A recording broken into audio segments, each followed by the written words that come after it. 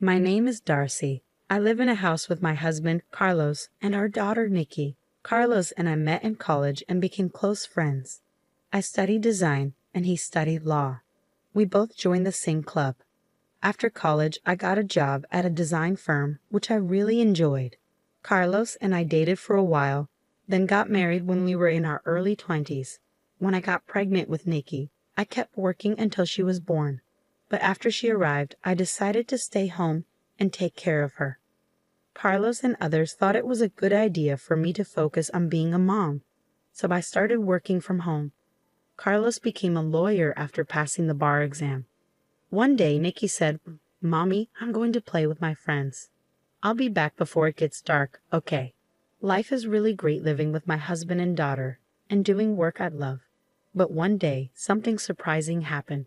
I was out shopping, quite far from home, when I saw my mother-in-law, Christine, struggling with some heavy bags.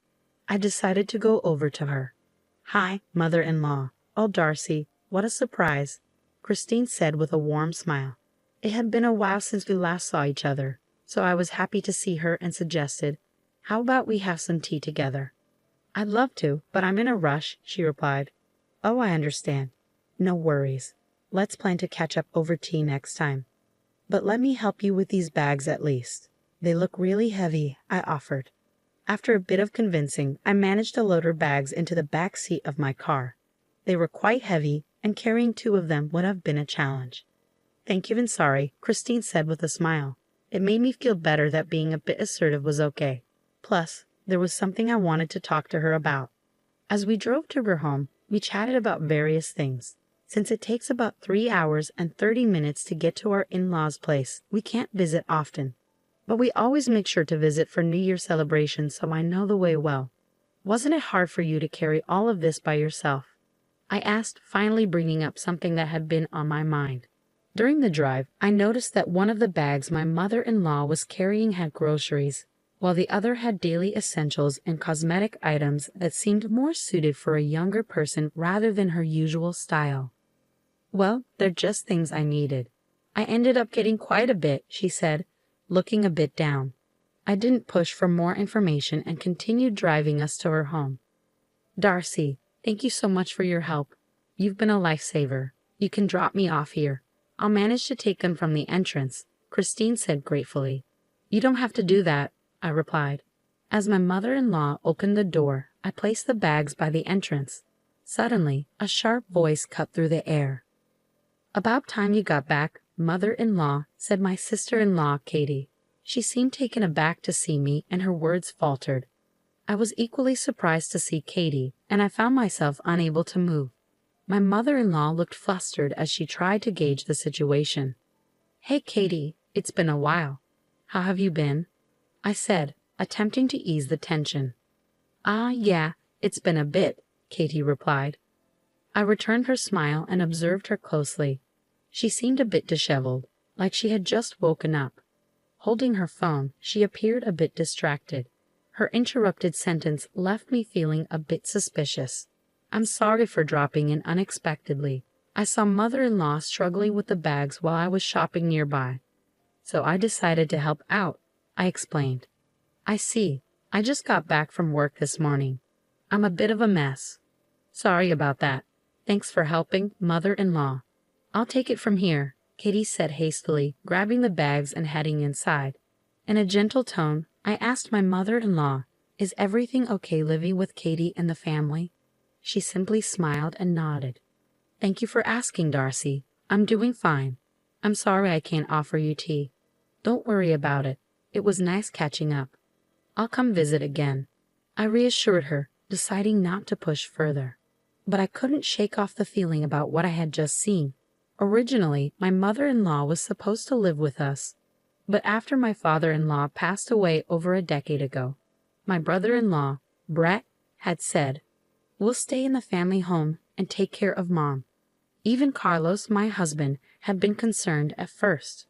I felt uneasy about the situation, so I decided to bring it up, but it didn't go well. Carlos is really busy with work, isn't he? And his days off are unpredictable.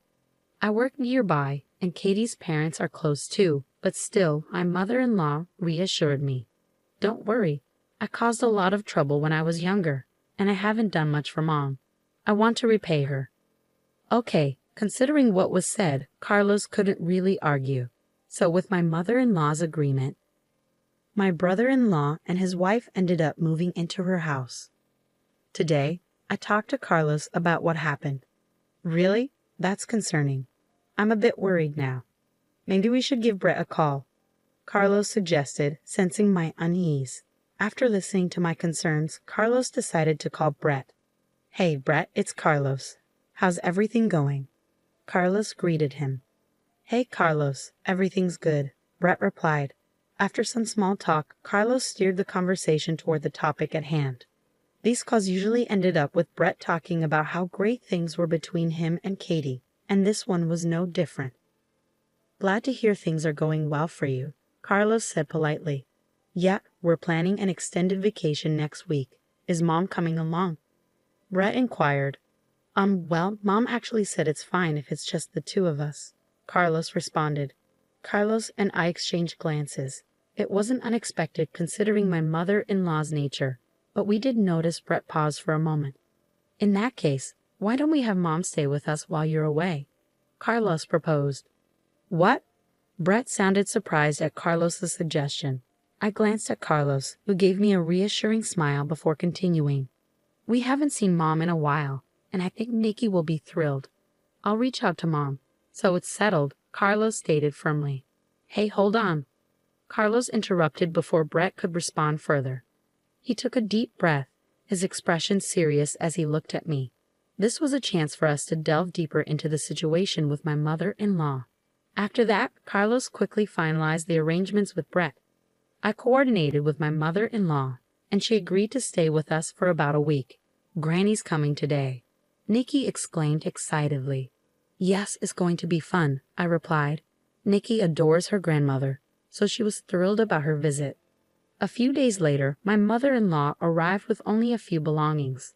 As soon as she stepped in, she seemed relieved and bowed her head. I'm sorry for imposing for a whole week, she said. No need to apologize. We're glad to have you here. Nikki has been looking forward to it, so please make yourself comfortable, I reassured her. And so we spent a week together with my mother-in-law. However, I couldn't shake off the unease I felt about her behavior from the very beginning. Before her arrival, I had cleaned up the home office I usually work in to make space for her. When I showed her the room, she immediately said, "Oh, you've set up such a nice room for me. I feel guilty. I'd be fine with just a corner. Don't worry about it. Please feel free to use the room. I only use it for work anyway," I insisted, but she still seemed apologetic. With the kids off school, I had planned to make lunch for the three of us when my mother-in-law surprised me by saying, "Let me cook. Can I use the fridge?" Despite my insistence that she should relax, she kept insisting on doing household chores.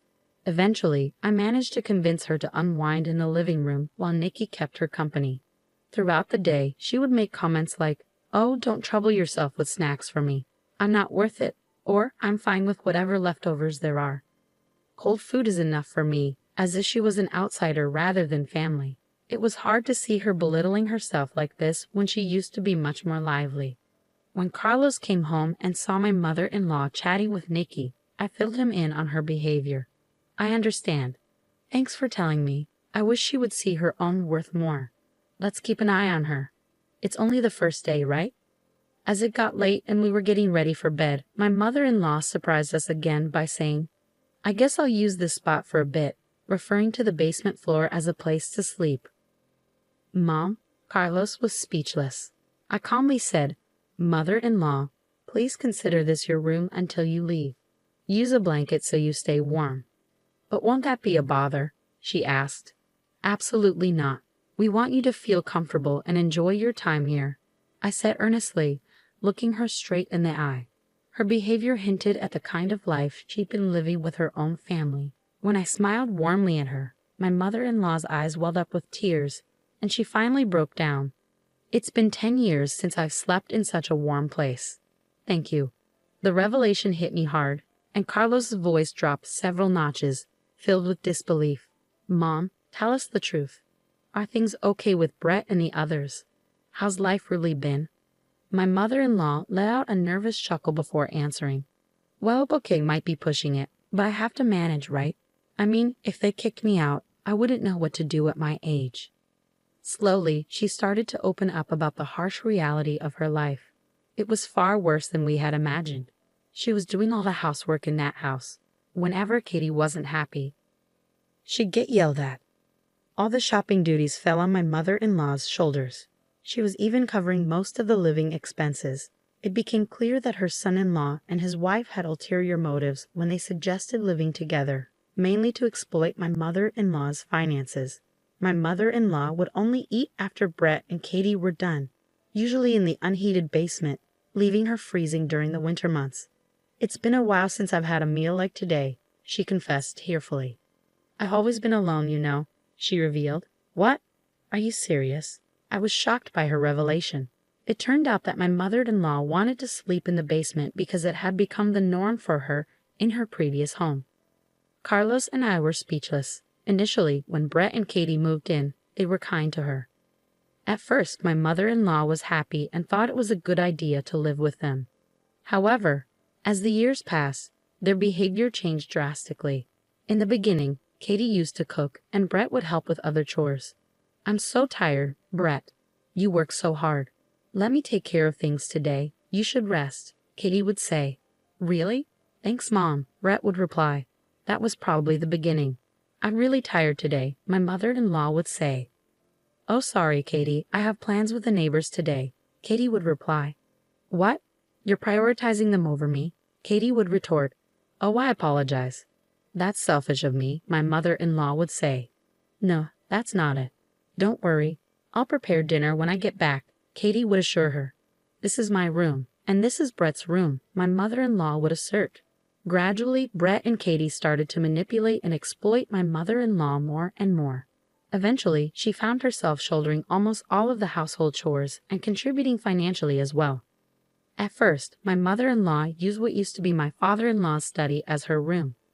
It was a well-equipped space with a bed and other furnishings, and she was happy to have such a cherished space as her own. However, even the study wasn't safe from Katie's interference. One day, Katie suggested, let's renovate this old study. Hold on, Katie, this was my husband's beloved study. Can we please leave it as it is? My mother-in-law pleaded. I'm just thinking about your comfort, Katie would insist. Why are you making me out to be the bad guy? My mother-in-law would question. I'm sorry, but I prefer it the way it is, really, she would say. This room is outdated. It's worthless with all this junk, Katie would argue.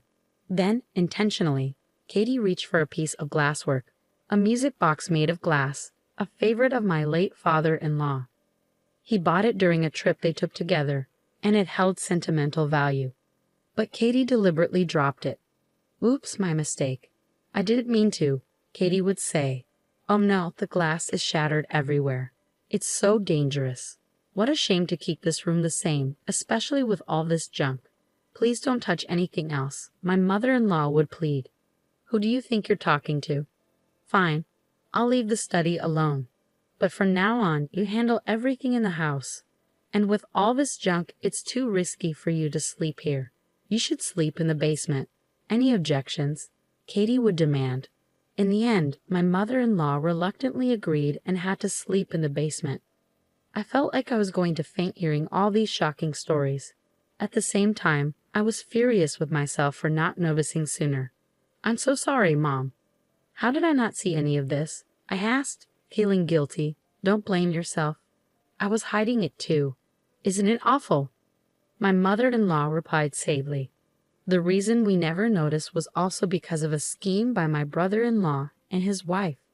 They only gave my mother-in-law a room when relatives visited, but it was empty, no bed, no furniture, and if she dared to speak up, they threatened to destroy her study. They only acted nice when other people were around. We didn't see what was happening because of that. If my mother-in-law and I hadn't bumped into each other that day, this might have continued even longer. The thought sent chills down my spine. I always wanted to talk to you about this, but that study and that house are full of memories with my husband, my mother-in-law said tearfully. Tears streamed down her face, and I couldn't hold back my own. Our dear mother-in-law had endured this for over a decade. I couldn't even imagine how hard it must have been for her. How could her own family do this? They're heartless, I exclaimed, pulling her into a tight hug. Darcy, I need to step out for a moment, my mother-in-law said, her voice trembling with emotion. After we cried together, Carlos gently rubbed my back and spoke softly. Don't worry, Darcy and Mom. I'll take care of this. Please look after Mom, Darcy. I nodded silently. Got it. Leave Mom to me, Carlos. I hugged our worried mother-in-law again, soothing her with gentle strokes on her back. Then I turned to Carlos and said firmly, Go teach those awful people a lesson.